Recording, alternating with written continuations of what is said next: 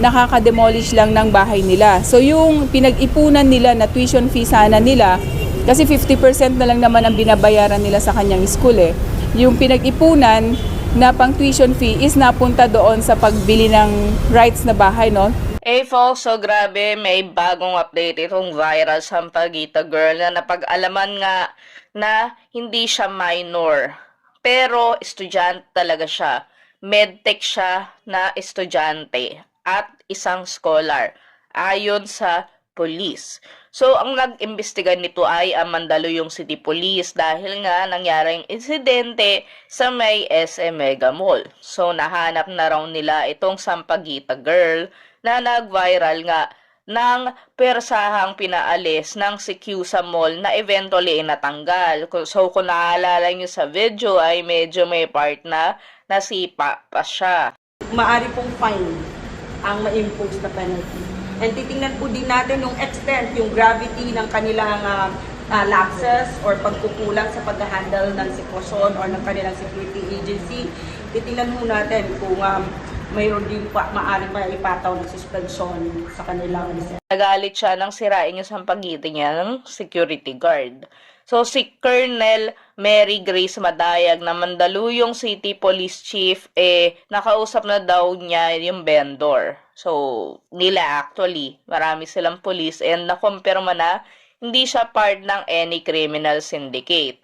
So, scholar daw ito sa isang private educational institution at medical technology ang kurso.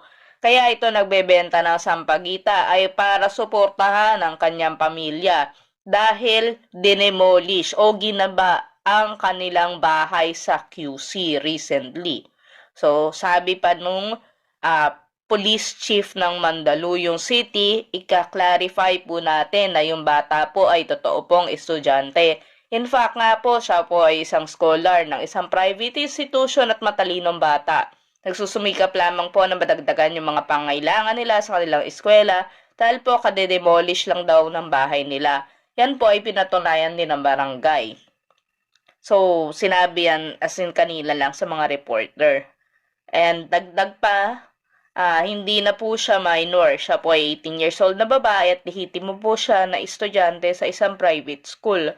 So, minit na ng CHR, lawyers, or Commission on Human Rights yung estudyante para sa legal consultation.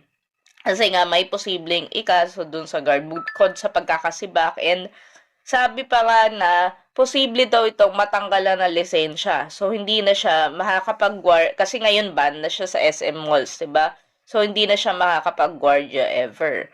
So, no final decision has been made yet kung magpa-file nga yung estudyante sa card. So, sabi ni Madayag na hindi daw alam nung vendor o nung babae na may nag-take ng video and gusto nito sanang i-remove ito sa social media.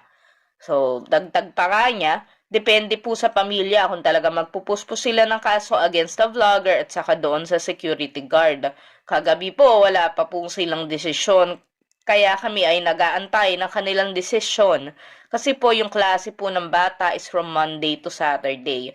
Ayaw po niya may istorbo yung kanyang klase kasi inaalagaan niya yung grades niya. So, December 17, no, actually na-post yung video kahit recent lang nag-viral. And medyo hati nga yung reactions. Although initially, syempre, kampi netizen sa bata, like si John Arcilia, diba? Nag-post siya na kampi dun sa bata. And yung ibang netizens kasi may nag-theory pa na ito daw yung kanilang manlilimos and part ng syndicate.